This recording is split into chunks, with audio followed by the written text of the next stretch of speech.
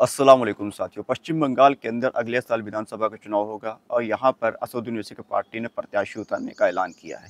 पिछले बार भी MIM party ने यहाँ पर प्रत्याशी उतारे थे, महज़ 6 सीटों पर प्रत्याशी उतारे थे। हालाँकि उनका जो रिज़ल्ट था काफ़ी अच्छा नहीं रहा था।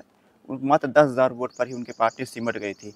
इस बार एमआईएम पार्टी ने फिर से ऐलान कर दिया है कि उनकी पार्टी तमाम सीटों पर प्रत्याशी उतारेगी और यहाँ पर उनका सदस्यता अभियान भी शुरू कर दिया गया है। एमआईएम पार्टी के जो इमरान सोलंकी नेता है पश्चिम बंगाल के, उन्होंने प्रेस कॉन्फ्रेंस बुलाया। प्रेस कॉन्फ्रेंस में उन्होंने ऐलान किया कि उनकी पार्टी यहाँ पर नया सदस्यता अभियान शुरू कर रही है, नए लोगों को पार्टी में जोड़ने का काम करेगी और यहाँ पर पार्टी के संपर्क में कांग्रेस, टीएमसी और सीपीआई वगैरह के कई पूर्व विधायक उनके संपर्क में हैं, उनसे बातचीत करने की कोशिश कर रहे हैं। अब देखना होगा कि यहाँ पे कौन से पूर्व विधायक ऐसे हैं जो एमआईएम पार्टी के संपर्क में है। एमआईएम पार्टी क्या उनको अपनी पार्टी में शामिल करती है या फिर उनको टिकट देती है, तो आने वाले वक्त में पता चलेगा। लेकिन एमआईएम पार्टी ने यहाँ पर पहले सदस्यता अभियान की शुरुआत करी है। सदस्यता अभियान शुरू करने का मकसद ये होता है कि यहाँ पर पार्टी को जो संगठनात्मक तरीके से मजबूत किया जाए। पिछले बार एमआईएम पार्टी की जो कमजोरियाँ रह गई थी, इस वजह से एमआईएम पार्टी को यहाँ पर नुकसान उठाना पड़ा था। यहाँ पर इस बार वो गलती अगर करती है एमआईएम पार्टी, तो इस बार भी नुकसान हो सकता है। सबसे पहले तो पश्चिम बंगाल के अंदर एमआईएम पार्टी को किसी बड़े नेता को एमआईएम पार्टी में शामिल करना चाहिए या फिर किसी एक मजबूत आदमी को प्रदेश अध्यक्ष पद के वहाँ पर पोस्ट देनी चाहिए, क्योंकि पश्चिम बंगाल के अंदर अभी तक हमारी समझ से हमने देखा है कि आज तक कोई भी प्रदेश अध्यक्ष पश्चिम बंगाल के अंदर एमआईएम पार्टी का नहीं रहा है। हाँ, एमआईएम पार्टी के कमेटी के सदस्य रहे हैं और सचिव वगैरह रहे, लेकिन प्रदेश अध्यक्ष पश्चिम बंगाल में एमआईएम पार्टी ने आज तक नहीं बनाया है। एमआईएम पार्टी को अगर यहाँ पर चुनाव मजबूती से लड़ना है, तो यहाँ पर सबसे पहले किसी मजबूत आदमी को प्रदेश अध्यक्ष पद की जिम्मेदारी देनी होगी और यहाँ पर संगठन को सुधारना पड़ेगा और मात्र चुनिंदा सीटों पर फोकस कर चुनाव लड़ना पड़ेगा।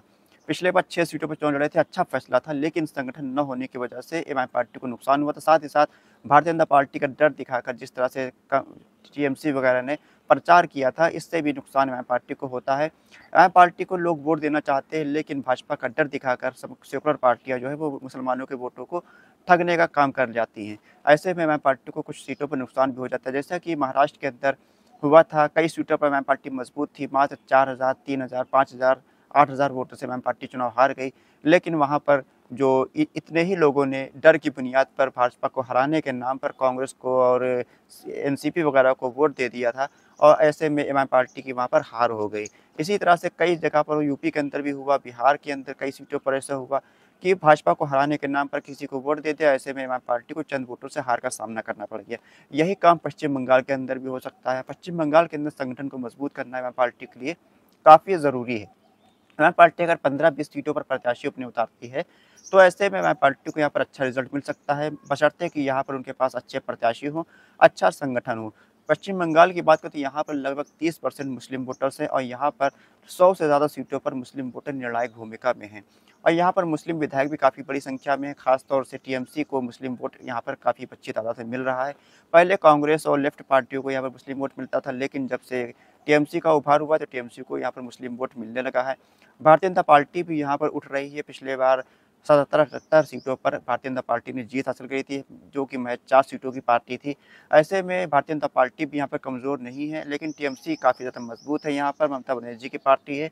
ऐसे में अगर टीएमसी और भारतीय जनता पार्टी का मुकाबला एमआईएम पार्टी को करना है, तो यहाँ पर किसी मजबूत नेता को सबसे पहले एमआईएम पार्टी की कमान देनी पड़ेगी और यहाँ पर संगठन को बनाना पड़ेगा। मात्र 10-15 सीटों पर चुनाव लड़ें और यहाँ पर चुनाव लड़कर पहले अपनी 1-2 विधायक चुनाव जिताएँ। अपनी विधानसभा के अंदर जब वो कौम के मसाइल को रखेंगे, पश्चिम बंगाल के मुद्दों को रखेंगे, तो यहाँ पर कौम के अंदर कॉन्फिडेंस बढ़ेगा, अपनी लोकप्रियता बढ़ेगी और तब बाकी सीटों पर, बाकी इलाकों में एमआईएम पार्टी की मकबूलियत बढ़ेगी, तब जाकर एमआईएम पार्टी यहाँ पर कामयाब हो सकती है।